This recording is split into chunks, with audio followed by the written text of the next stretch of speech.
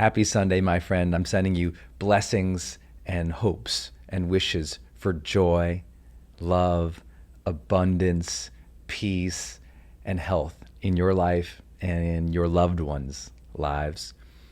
I hope that you found today a moment to be grateful, a moment to capture your thoughts about all the things that are going well in your life. Maybe you open your GrowthDay app, you went to the journal section, and you just started typing away about the things that you actually like and enjoy and feel appreciation for in your life.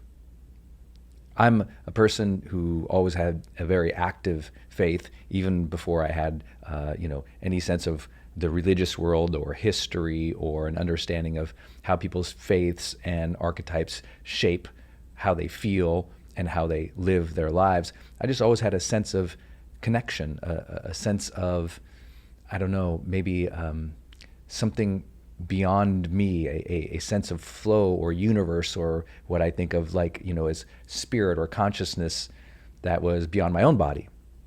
And it always made me sort of try to stay in tune with that, to try to flow with that and to feel that.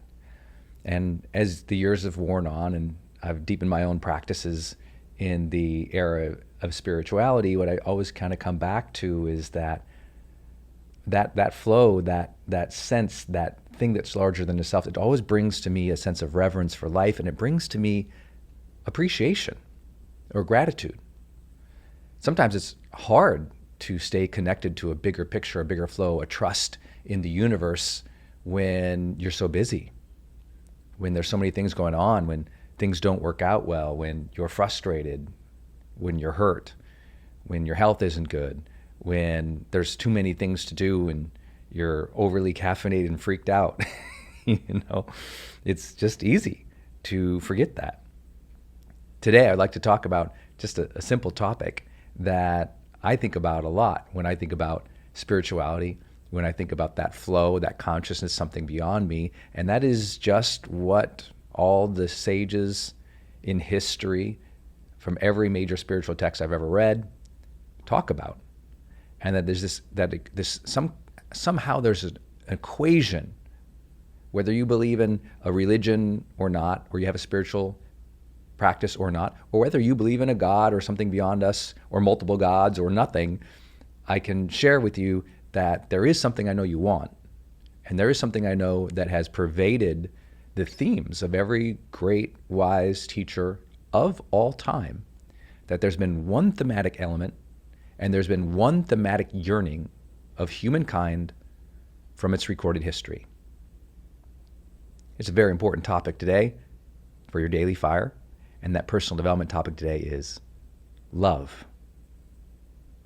Love. We all seek it. Many claim that their spiritual leaders practiced it, proclaimed it, asked for it. Many people who get in the deepest, darkest parts of their lives are often pulled up through somebody's grace or somebody's love, compassion, kindness. When we seek out partnership, intimacy with others, we're seeking love. When we feel at the highest heights of humanity, love is there. When we feel at the lowest lows, love tends to be absent or broken or cheated. And so on Sunday, I like to reflect a little bit on whether or not I loved during the week.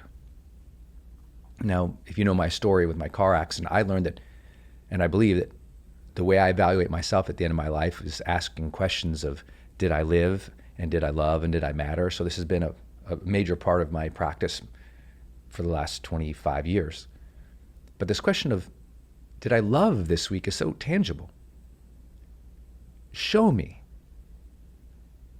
Where was it? How did it show up? Because real love is not an intention, it's initiative.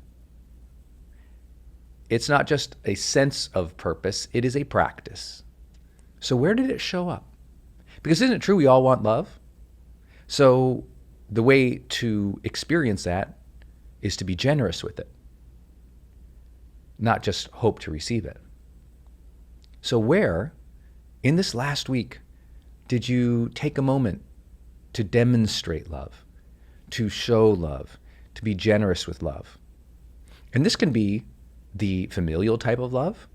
This can be love in terms of compassion, friendship, kindness, making moments, connecting heart to heart with somebody in your life, a friend, a team member, somebody who needed you.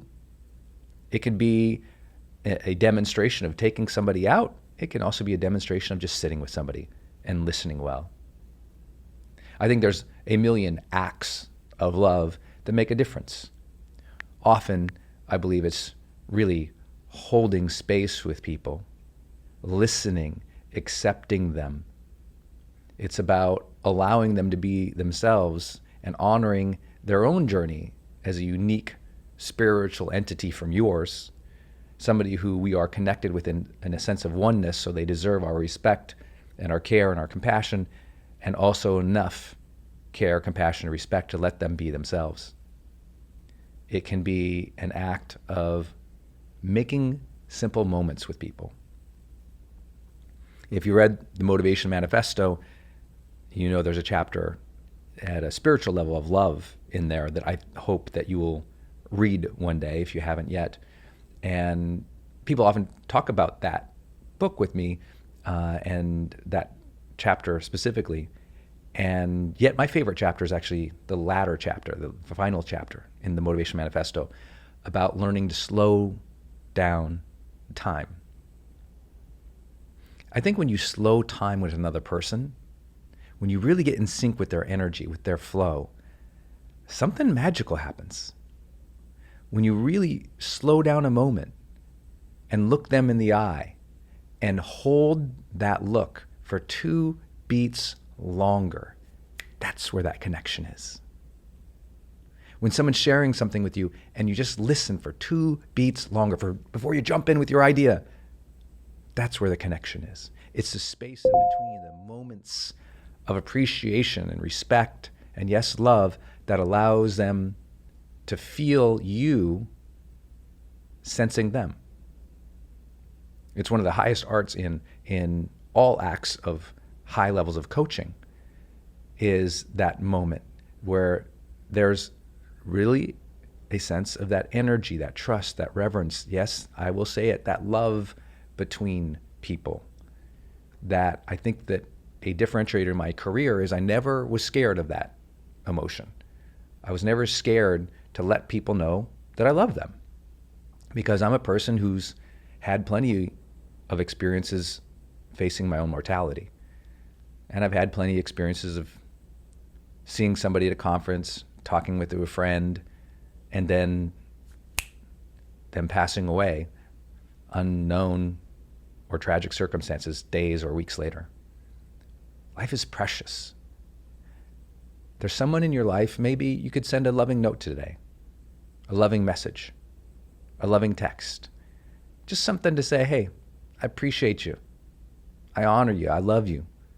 I just want to let you know that today. Too often we wait until tragedy, till we get sick, till something gets us down to reach out.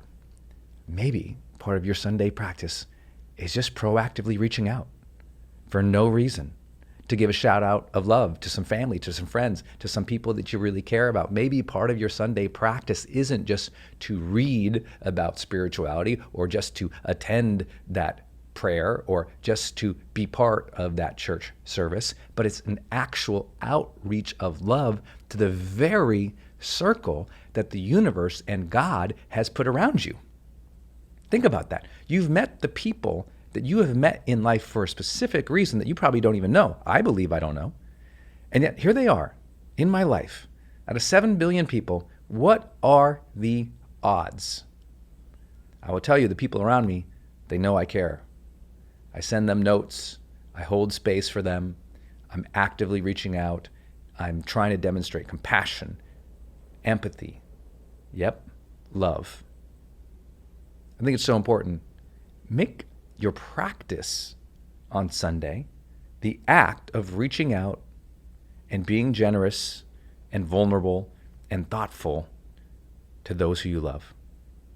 Every day we can choose to put in play the very intentions that we have in life. Every day we get to say, hey, you know what? I believe in these concepts. I believe in the value of love. So let me demonstrate that.